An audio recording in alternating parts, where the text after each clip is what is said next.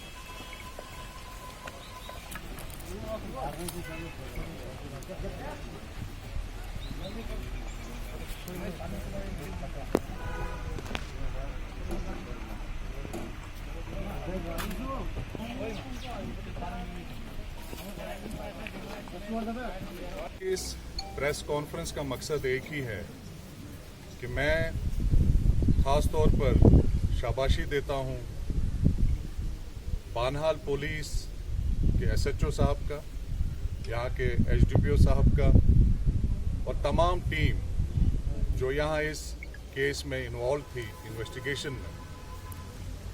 इन्होंने एक बहुत ही इम्पॉर्टेंट केस जो इनके तहवील में आया था उसको सॉल्व किया है। आप सबकी नॉलेज में है कि एक ब्लाइंड मर्डर, एक डेड बॉडी शनकूट जंगल में रिकवर हुई जो बिल्कुल डिकम्पोज थी, उसकी कोई मिसिंग रिपोर्ट नहीं थी, लेकिन किसी चरवाहे ने उस डेड बॉडी को देखा। उसके सिर्फ जिस्म के कुछ ही पोर्शन बचे हुए थे। उस बॉडी को जब रिकवर किया गया तो उसके बाद इंक्वेस्ट प्रोसीडिंग शुरू हुई। तो जब हमारी नॉलेज में ये बात आई तो हमने एक प्रोफेशनल तरीके से इन्वेस्टिगेशन स्टार्ट की। ईद के दिन भी थे, सब लोग ईद में मसरूफ थे, लेकिन हमारी पुलिस की टीम दिन रात इस इन्वेस्टिगेशन में लगी रही और आखिरकार हमने इस केस को क्रैक किया।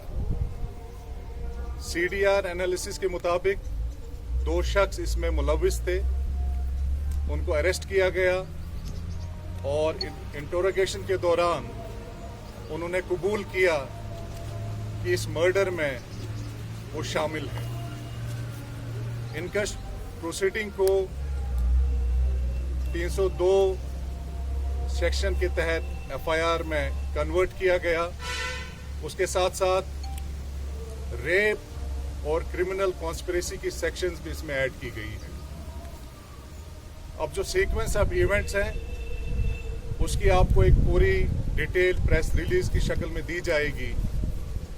तो एक बार फिर मैं शाबाशी देता हूं यहाँ की पुलिस टीम की, हमारे सीनियर ऑफिसर्स की सरबराही की, कि एक बहुत ही इनह्यूमन एक्ट, एक बारबेरिक एक्ट जो कम ही देखने में मिलता है। अपनी नौयत का ये पहला किस्म का केस होगा जब एक लड़की को बेदर्दी से कत्ल किया गया, पहले उसका रेप भी किया गया था। तो मुझे उम्मीद है कि जिस तरह हम इन्वेस्टिगेशन कर रहे हैं, जो भी इसमें मुलविस हैं, जो भी शख्स अरेस्ट हुए हैं, उनको हम तहफ़ाए किरदार तक पहुंचाएंगे और उनको सजा जरूर मिलेगी। शुक्रिया। केस कॉल डिटेल रिकॉर्ड होती है, उसको जब जांचा गया उसमें इस लड़की और 2 शख्स लगातार आपस में कॉल करते रहे थे और 28 जुलाई तक जो लास्ट कॉल डिटेल्स थी उसको जब हमने जांचा परखा, उससे मालूम हुआ कि जो निसार अहमद यहाँ का लड़का था चांजलू का, वो और उस लड़की का जो कॉल डिटेल्स हैं वो एक ही जगह से आ रहे थे। लेकिन तीसरा शख्स आशिक हुसैन, वो काश्तीगढ़ का रहने वाला है, वो लगातार इनके टच में था। तो इससे ये आया हुआ कि ये 3 लोग जानते थे कि क्या होने वाला है। तो फर्दर इन्वेस्टिगेशन इसमें हो रही हैं तो लेकिन इसकी जो डिटेल आपको हम एक प्रेस रिलीज की शक्ल में भी देंगे। सर एक पॉइंट सर, मैं आपको यकीन दिलाता हूं कि जो भी इसमें मुलविस होगा, जो भी हमारे सीक्वेंस ऑफ इवेंट्स में आएगा, उनको इस केस में इन्वॉल्व किया जाएगा। जिसका जो भी रोल रहेगा उसके मुताबिक उनको सजा मिलेगी। जब ये घर से देखिए, बदकिस्मती की बात यह है कि जब भी कोई ऐसा वाक़ा पेश आता है, कोई भी शख्स जब घर से गायब हो जाए, लापता हो जाए, अगर फौरी तौर पे पुलिस को इतला दी जाए तो हम फौरी तौर पर कार्रवाई शुरू कर सकते हैं। लेकिन इस सिलसिले में इस लड़की की कोई मिसिंग रिपोर्ट नहीं पड़ी, तो वो एक वजह बनी कि इस जो 1 महीने का वक्फा था, कोई पता नहीं चला कि लड़की कहाँ पे है। लेकिन इनिशियल जो इन्वेस्टिगेशंस हो रही हैं उसके मुताबिक तकरीबन 28 जुलाई के आसपास ये लड़की घर से निकली है। 28 जून को ये घर से निकली है। 29 ये ट्रैवल करते रहे हैं, उस जगह तक वो लड़का ले गया है, और 30 जून को ये मर्डर किया गया। तो ये वक्फा जो है, डेड बॉडी फिर हमारी जो है 30 जुलाई को रिकवर हुई है। तो डेड बॉडी जिस तरह से वहाँ पे हमें मिली है, तो उससे अंदाज़ा लगाया जा सकता है, और इन्वेस्टिगेशन में भी ये पता चल रहा है कि इसको एसिड भी यूज़ किया गया है, इसको पूरी तरह डिकम्पोज करने के लिए, डैमेज करने के लिए। तो ये जो एक वक्फा, ये बॉडी वहीं पड़ी रही, मेरे ख्याल में मिट्टी के अंदर दबी थी। अब जब रिकवरी उस वक्त मिट्टी के बाहर थी, तो ये वक्फा, डेड बॉडी वहीं पे जंगल में पड़ी रही। ये थोड़ा नाम बिल्कुल, जो विक्टिम है इसका नाम शबीना बानो है। ये हमारे जो रहने वाली है सलाड़ की, और जो अभी तक अरेस्ट हुए हैं 2 जो मर्डर में मुलविस अब तक पाए गए हैं, इसमें निसार अहमद जो है वो चंजलू का रहने वाला है, और आशिक हुसैन जो है ये कास्तीगढ़ डोडा का रहने वाला है। उसमें हमारे पास कुछ इनिशियल रिपोर्ट्स आई हैं, वो मैटर ऑफ इन्वेस्टिगेशन है। जो भी इसमें मुलविस होगा, मैं आपको यकीन दिलाता हूँ उनके ऊपर कार्रवाई की जाएगी। तो अबॉर्शन का कोई खबर नहीं है कि हुआ है अबॉर्शन, या उसके पेट भी बचा था जब उसकी मौत हुई, या आज से 2.5 महीना पहले? आज से देखिए, इसमें 2 चीजें हैं। एक तो जो डेड बॉडी रिकवर हुई है, इसकी अभी FSL एग्जामिनेशन रिपोर्ट्स आनी बाकी है। इसका जो ऊपर से हमें डायरेक्शंस आ रही है कि एक और सैंपल लिया जाएगा। फेटस अगर कहीं पे भी उसका कोई मिला कि क्या फेटस विद इन बॉडी था जब मर्डर किया गया, तो वो पार्ट ऑफ इन्वेस्टिगेशन रहेगा। उसके लिए हम एक्सह्यूम बॉडी को दोबारा कर सकते हैं और वो सैंपल कलेक्ट किया एज ऑफ नाउ ये क्लियर नहीं है, जो अभी तक इनिशियल जो पोस्टमार्टम रिपोर्ट है उसमें ये कन्फर्म, उसमें एक FSL रिपोर्ट जब तक नहीं आएगी तब तक अभी कुछ बताना सही नहीं होगा। लेकिन इस एंगल को भी हम इन्वेस्टिगेट करेंगे, और इसमें जब भी कोई रिपोर्ट आएगी आपके साथ शेयर की जाएगी। 20B सेक्शन ऐड की है क्रिमिनल कॉन्स्पिरेसी की।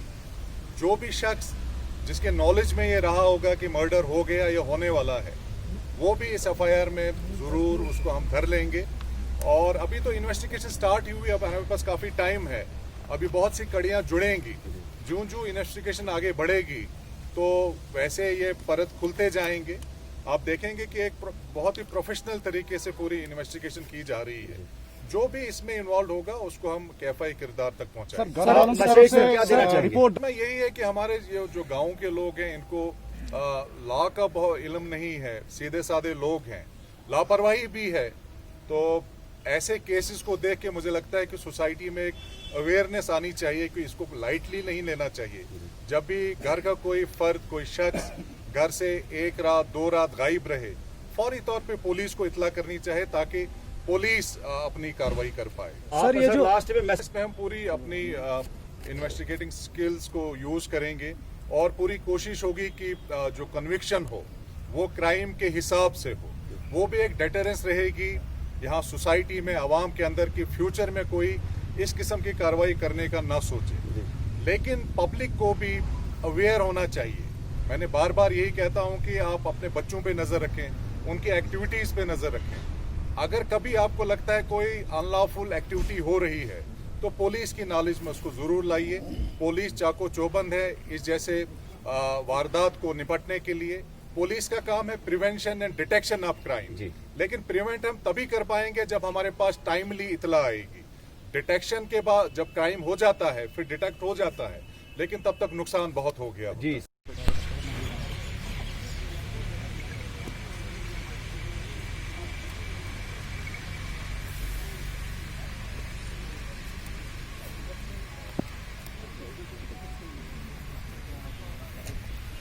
Thank